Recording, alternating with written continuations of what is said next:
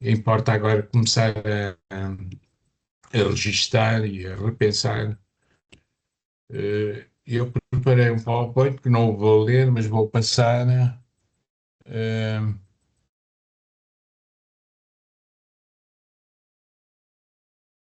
não sei se estão a ver ou está. Para já ainda. Sim. Sim, senhora, Então, perfeito. eu quero abordar isto em 15 ou 20 minutos sobre quatro pontos. O primeiro, somos, todos conhecem Moçambique, mas se calhar não conhecem exatamente. Eh, Nós estamos 51 anos independentes, mas na realidade deixamos de estar dependentes de Portugal e passamos a estar dependentes do Império Britânico, que está aqui bem presente militarmente e que domina e faz as definições eh, da nossa economia e, portanto, influencia toda a estrutura urbana. Eh,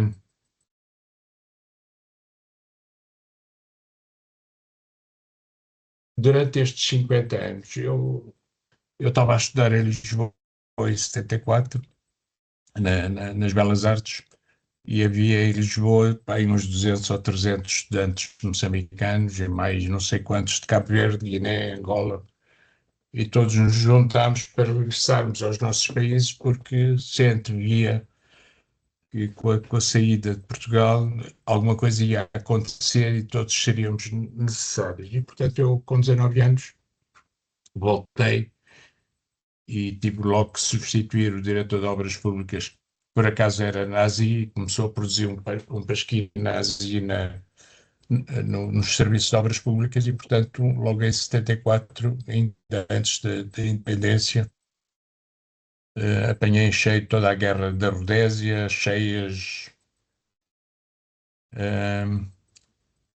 Então, o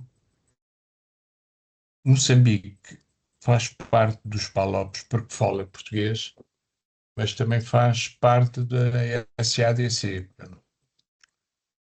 SADC é uma comunidade de 16 países, mas há 5 que mandam e os outros obedecem.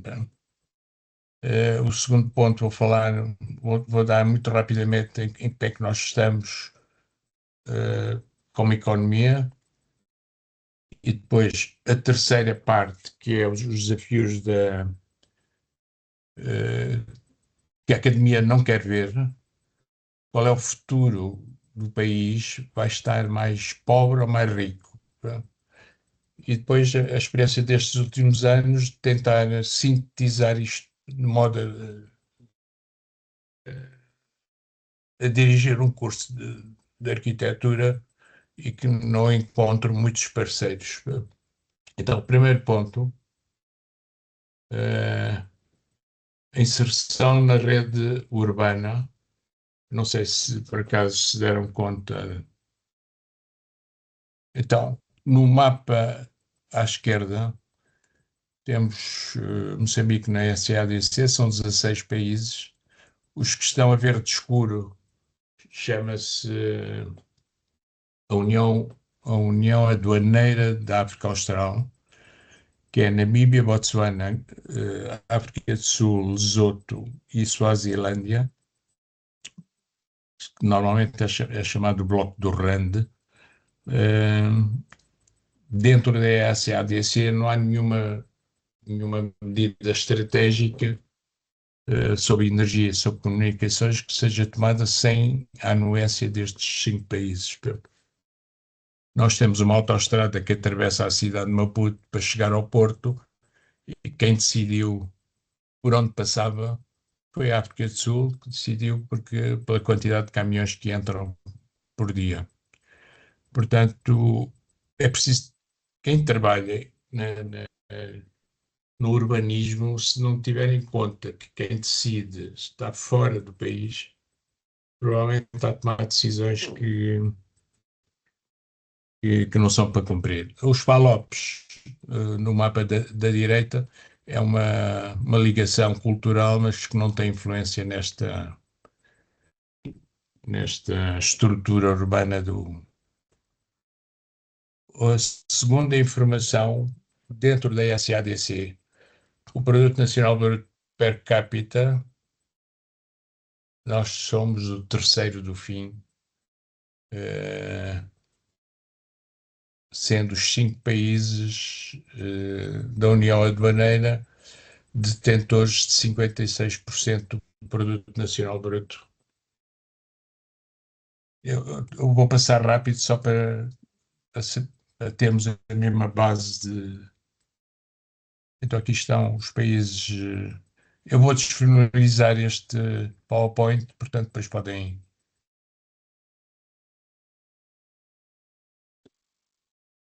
Isto não está a andar. Desculpem lá isto. Yeah. Então, ao fim de 51 anos, as nossas estatísticas dizem que crescemos, crescemos, crescemos, mas na realidade estamos cada vez mais pobres. A estrutura de rendimento da população ativa, menos de 0,5% ganham mais de $1.000 por mês. Pronto. E 80 e tal por cento estão na linha de pobreza absoluta. E este número está a aumentar.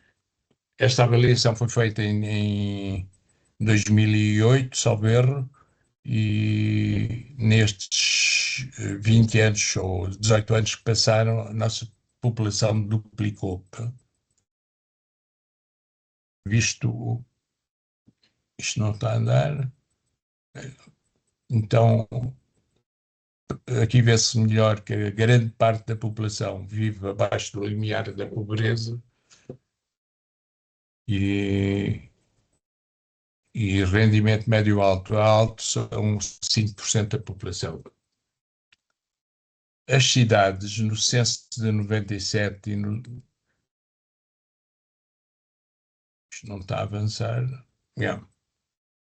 Há um conceito do censo que avalia as necessidades básicas. Em 97 eram 12 critérios e em 2017 foram 6 critérios, mas o azul claro que mal se vê são os agregados familiares que têm parte das necessidades, grande parte das necessidades básicas satisfeitas.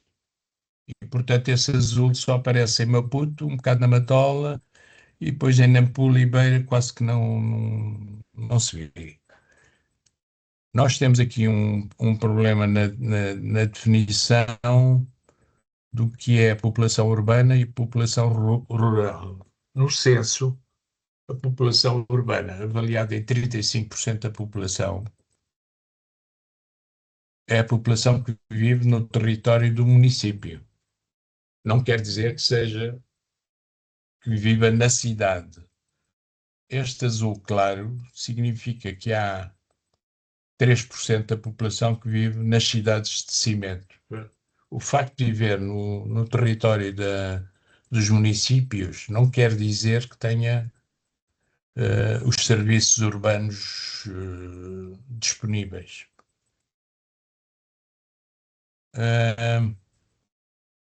O censo também indicou que a grande parte da população vive da agricultura e pesca artesanal. Eu estou a dar estes dados porque toda a gente teima em dizer que um terço da população vive nas cidades. E não é. A guerra horrenda que houve empurrou a população para o pé da cidade, portanto nem produz na agricultura, mas também não produz na cidade.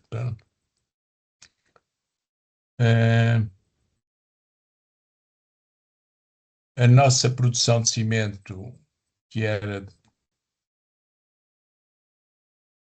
de 1 milhão de toneladas instaladas, nunca se produziu mais que 200, 300 mil toneladas nos 100 anos, de 1914 a 2014, foram consumidas 1 milhão de toneladas. Só para terem uma referência, em Portugal produziam 6 milhões de toneladas há 20 anos e agora está-se a produzir 16 milhões de toneladas. Portanto, a cristalização das cidades é muito limitada. E nesses 100 anos, 50% do cimento foi aplicado nas grandes obras de engenharia e dos outros 50% foi em Maputo e o resto foi consumo popular, dividida pelas 10 províncias. Popular, entre aspas. Então, esta dualidade normalmente aqui se fala nos cursos, no curso de arquitetura pública, se ensina que os assentamentos informais são os outros, porque os formais é a gente rica que vive na cidade de cimento.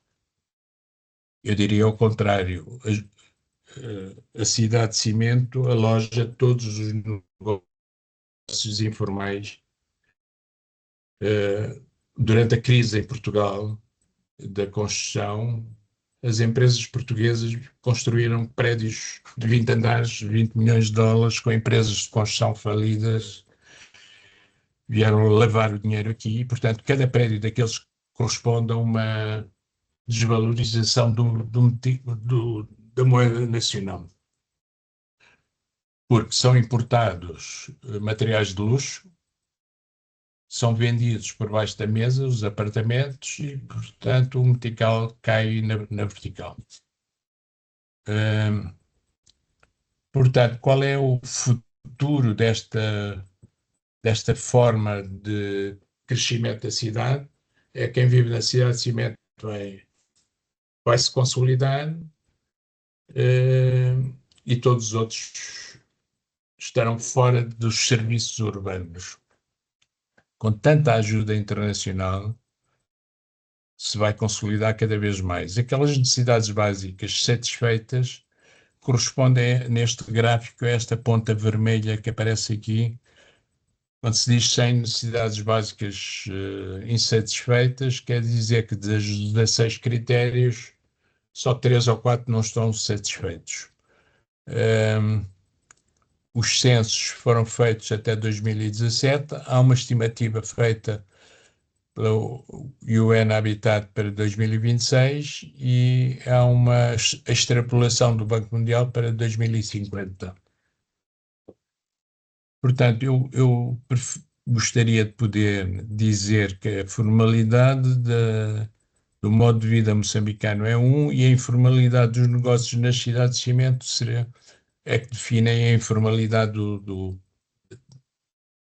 dessa parte da cidade. E digo informalidade porque as regras urbanas não se aplicam. Sempre que se faz um plano de requalificação urbana, toda a gente rica da cidade reserva terrenos antes de saber que vai ser atalhoado ou vai haver um crescimento da cidade.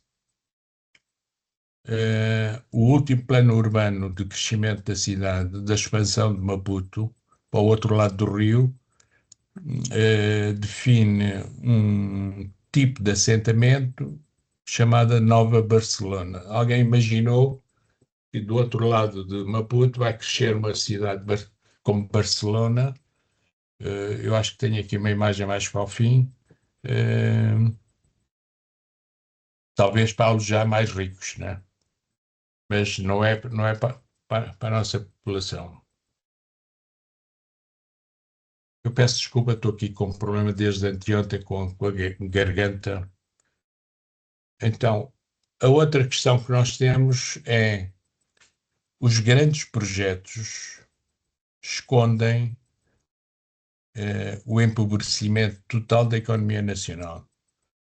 Esta avaliação de 2019, o balanço de exportação e importação está garantido pelos grandes projetos, que é o alumínio, que acabou de fechar agora, encerraram a fábrica, o carvão que está em franco progresso, mas aqui o que aparece neste retângulo pequenino aqui em baixo é toda a nossa agricultura. Portanto, escondido atrás das grandes exportações dos grandes projetos que não beneficiam tanto Moçambique, para além de darem algum emprego, não deixa ver que a economia nacional, que a produção de pequena escala está a morrer, está a ficar obsoleta, a tecnologia, não há nenhum apoio à tecnologia.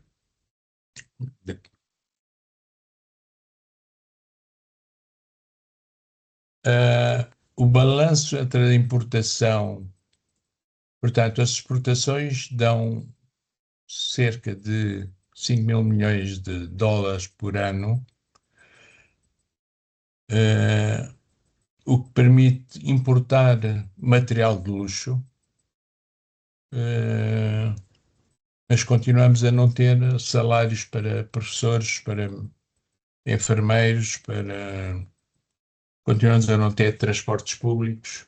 Portanto, há uma economia escondida nas cidades de cimento, e o resto do povo tem que continuar a viver como sempre viveu. Agora tenho aqui uma imagem do tal plano de urbanização da Catembe, foi chamada Nova Barcelona, em Maputo, para ser construída em 30 anos. Já se passaram 10 e continua na mesma, não se consegue manter Maputo, portanto ninguém vai construir aqui.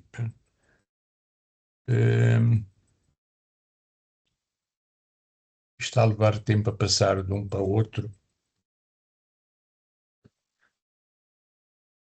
Então, eu, estes 50 anos, trabalhei em todo o país, daqui até a Tanzânia, e a preocupação era o que ensinar, como formar os novos profissionais. O conceito que há aqui, quem entra na universidade sai europeu, pá, ou sai com o complexo de negar a sua africanidade.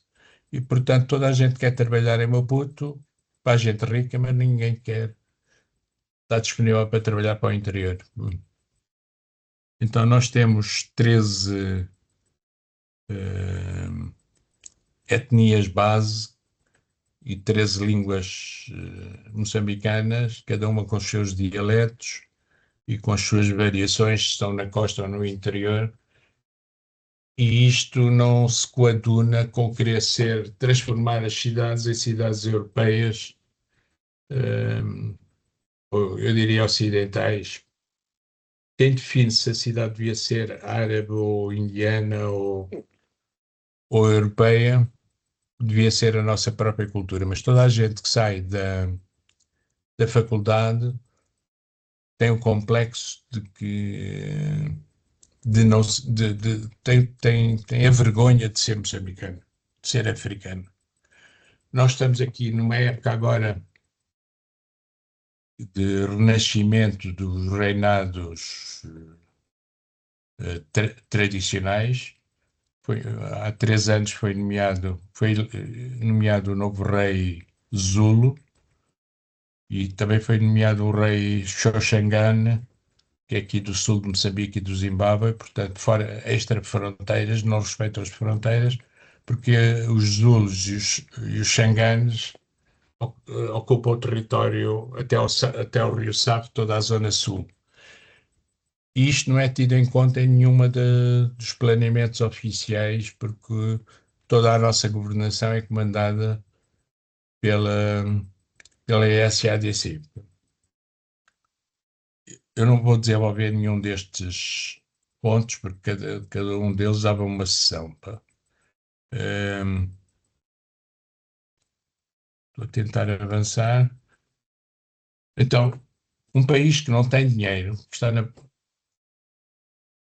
pus aí a imagem do Banco de Moçambique, o novo Banco de Moçambique, gastou US$ 1.000 milhões a fazer 5 sedes do banco, eh, mas não há dinheiro, pá. Não há divisas para fazer importações.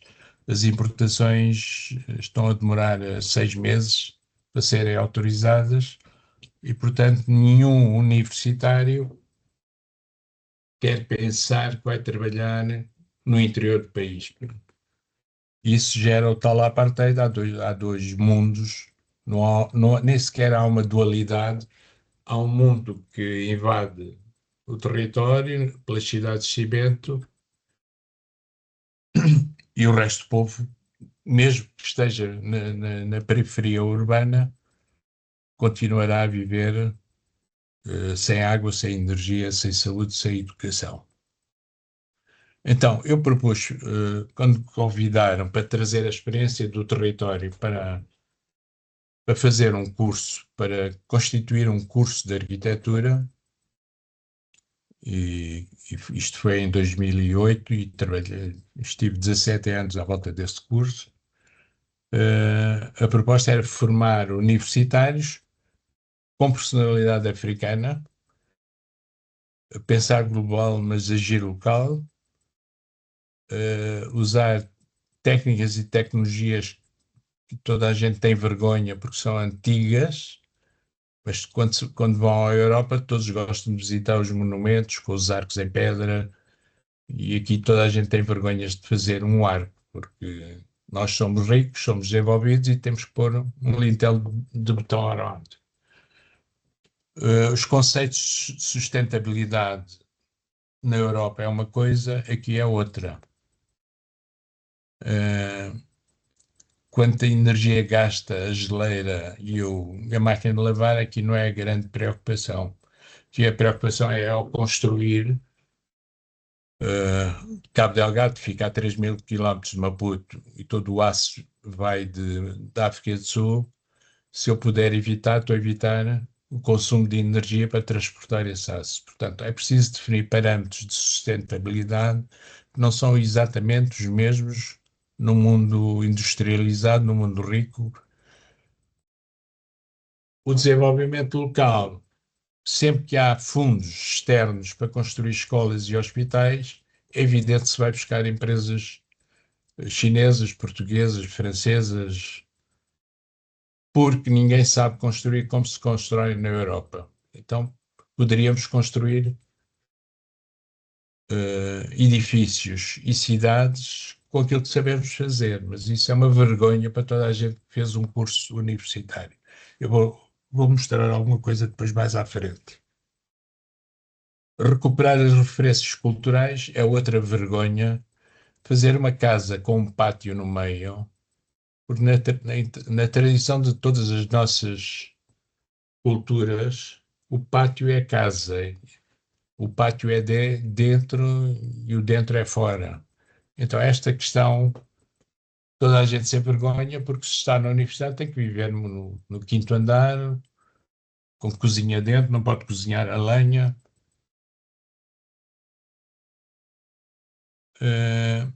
Aqui posso, só para mostrar, aqui estão uma parte dos projetos que fiz, especialmente de saúde e educação em todo o país. Portanto, só para dizer que conheço este país de ponta a ponta, não de passar, mas de trabalhar e fazer construir e trabalhar com os operários que lá estão, e muitos operários são mais camponeses que operários, e, portanto, a maneira de desenhar o projeto, eu posso desenhá-lo de maneira que ninguém possa meter a mão e tenha que trazer gente de fora, ou posso projetar de maneira que possam.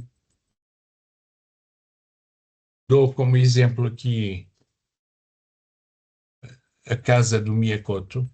Todos devem conhecer o famoso Miyakoto. Fomos colegas de liceu e um dia pediu-me para desenhar uma casa. Ele vinha com um projeto de uma casa de cidade e eu disse: isso não se coaduna com a tua escrita. Eu vou-te fazer um esquema.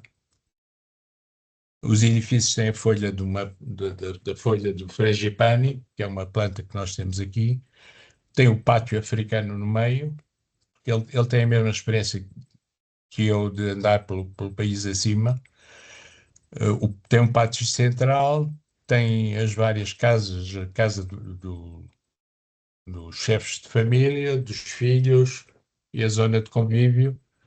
E ele não se envergonhou de ter um conceito africano, mas uma casa moderna, porque tem internet, tem ar-condicionado, num dos quartos, portanto, pode fazer a sua vida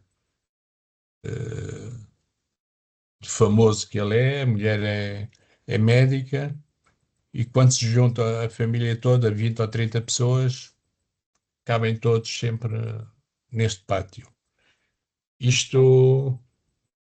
Propor isto a mais alguém, aconteceu um segundo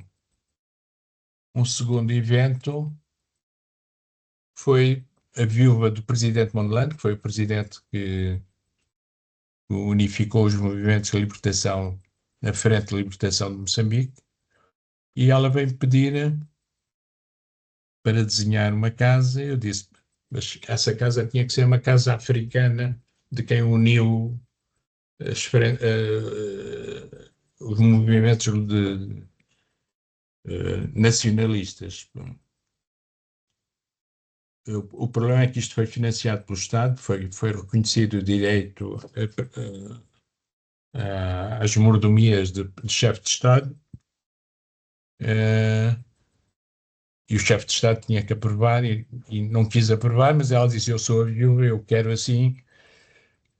Eu disse, mas não sou o arquiteto dos presidentes. Eu disse, pois é, mas o arquiteto dos presidentes não desenha casas africanas e, portanto, este complexo está feito há 15 anos já. E quando se comemora o dia de Eduardo Mondlane, vêm os familiares do mundo todo, porque tem parte da família do Botsuana, da África do Sul, dos Estados Unidos, porque ela é americana, de Inglaterra, e ficam aqui 100 pessoas e comem neste pátio africano. Mostrei estes dois projetos só para dizer que há gente que partilha a mesma ideia de conservar a personalidade africana, de não se prostituir e dizer e fingir que é europeu. E eu não quis pôr aqui mais, eu tentei que não criticar ninguém, mas temos projetos financiados por países europeus. Encontro dezenas de maternidades em que a sala de partos não tem privacidade alguma, porque é lá para a mulher do mato, e a mulher do mato, do interior, tem tantos direitos como a mulher da cidade. Agora, como é que um país europeu, como é que as agências internacionais financiam maternidades? Estou a falar só da maternidade para não falar de outras, mas esta necessidade de constituir o que é de definir, reproduzir na universidade o que é a personalidade africana, um, e, por outro lado, ser sustentável, é importante para a verdadeira independência do país. Senão estamos a formar gente para ser subserviente à dominação que continua até hoje. Este complexo está no meio de uma floresta de pau-ferro, que é difícil de trabalhar, é muito duro, mas toda a castilharia foi feita com pau-ferro, porque o pessoal local sabe trabalhar o pau-ferro. E, portanto, esse exemplo da janela que está aí em cima é tudo pau-ferro, as pérgolas é tudo pau-ferro da zona. Não tem, não tem betão armado, não tem ferro, os edifícios têm 6 metros de altura e, portanto, continuam. E à volta disso se desenvolveu um pequeno assentamento, todo com a mesma filosofia.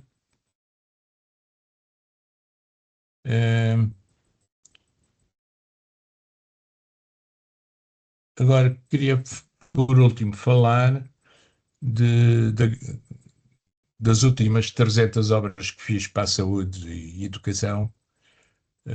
e que usei na formação dos novos arquitetos,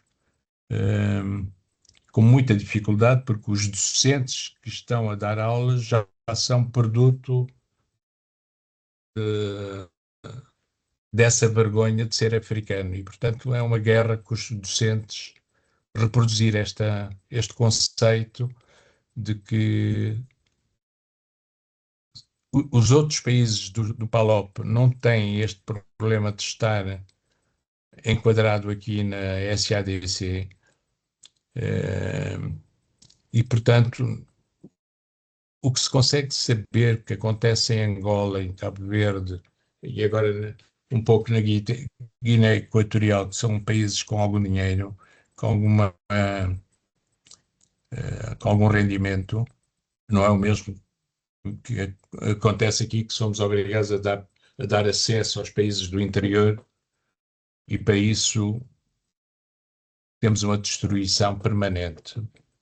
Então, o arco, a pedra, a ferragem, em nenhuma das 300 obras temos ferragens importadas. Toda a gente gosta das fechaduras YAL, as famosas YAL ou Union.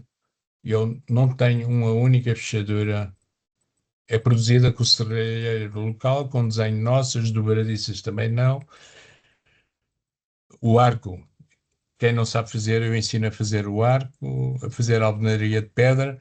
Isto está tão intrínseco no nosso sangue que o próprio operário tem vergonha de fazer a parede de pedra, porque ele é operário de cimento, de fazer arestas, de fazer planos lisos. Agora já tenho operários que se orgulham de serem capazes de trabalhar a pedra bruta, conforme é apanhada à mão, porque aqui não há tradição dos calceteiros, nem de gente que trabalha a pedra com o próprio martelo. Daqui resulta uma imagem, o uso do arco e da cor. Outro assunto é a cor. O amarelo, aqui, como em outras culturas, representa a riqueza, a cor do ouro, a cor do milho, a cor da abundância. E, portanto, quem se aproxima de uma unidade sanitária tem o direito de ser recebido num edifício positivo, com energias positivas, agradáveis e não com cores mortiças. A cor oficial aqui para as unidades sanitárias é azul escuro ou cinzento. Eu disse isso é para a morgue, não é. Mesmo a morgue que eu fiz várias morgues aqui e todas são com vermelho, com amarelo, porque a pessoa chegou ao fim da vida e entrou numa vida eterna e, portanto, é um momento para chorar, mas chorar com alegria que ela vai descansar em paz. Então, estes conceitos que temos, não precisamos de deixar de lado.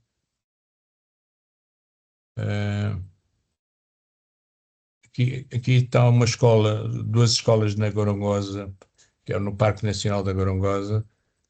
Cada uma delas foi construída em mês e meio, com pessoal local, pedra apanhada à mão, alvenarias portantes e sempre com o pátio no meio, que é coisa que se perdeu. Pronto, isso são mais detalhes. Animamba, obrigado. Queria acrescentar só uma coisa nesta filosofia da pobreza, é que não percebo porque é que ninguém fala nisso. Se pesquisarem na internet as bases SAS, que existem desde os anos 60, são bases de inteligência militar da coroa britânica, que estavam na antiga Rodésia, depois passaram para a África do Sul e até hoje estão na África do Sul.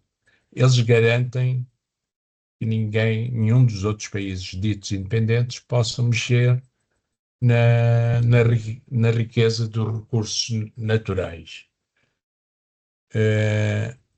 A Guerra Fria esteve aqui na nossa fronteira, porque quando Portugal saiu, ficamos fora do mercado internacional.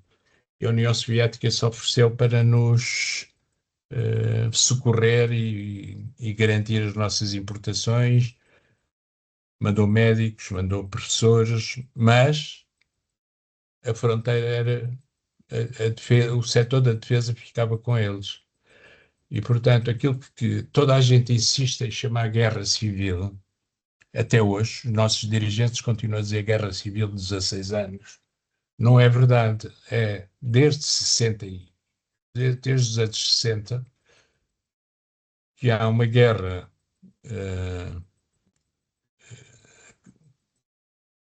promovida por essa base de inteligência MI6 com a CIA e que garante a instabilidade nestes países. Moçambique, em 1980, tínhamos conseguido triplicar a rede sanitária, tínhamos conseguido quadruplicar o número de escolas primárias, com professor, com médico em cada distrito, mas em fim de 79 começou uma destruição completa. Foram destruídas 250 fábricas, 23 fábricas têxteis, 6 de açúcar, 7 de chá e por aí fora.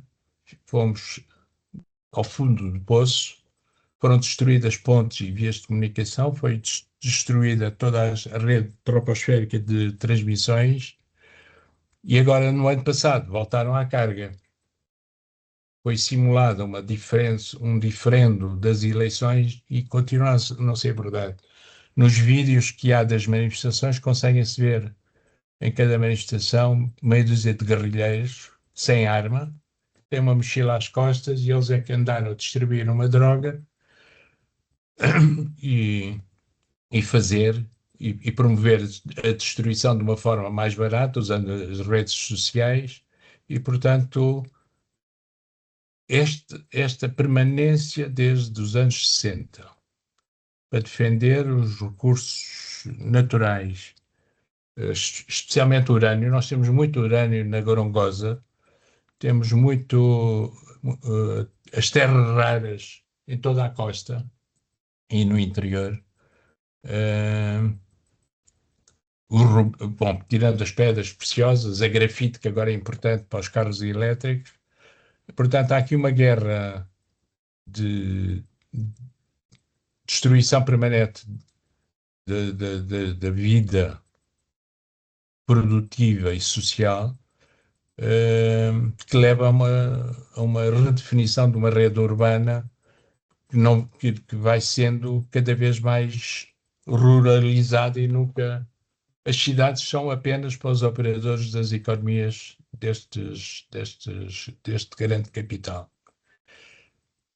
Eu não sei se fui ao encontro daquilo que devia dizer sobre Moçambique, mas a rede urbana está profundamente dependente de toda esta visão de quem manda na região, qual é a visão que tem sobre o território. Portanto, nós agora, este ano, fechou a fábrica de alumínio, que era o maior projeto que havia aqui e que mantinha 30% da balança de pagamentos. Portanto, este ano estamos a zero nas importações. Estudando as importações, 70% da balança de pagamentos é garantida pelos grandes projetos, mas 70% das importações é para o consumo de bens de luxo. Portanto, toda a gente se habituou a um padrão de vida e ninguém quer sequer pesquisar e discutir esta visão realista, porque nós não vamos conseguir mudar este mundo, pá. Mas que há 30 milhões de habitantes que precisam de resolver o problema do seu habitat e se nós não formarmos, não há de vir gente fora para agir sobre estes itens. Falei meia hora, pouco mais que meia hora, eu parava aqui para podermos debater um pouco. Obrigado. Muito obrigada. Muito obrigada.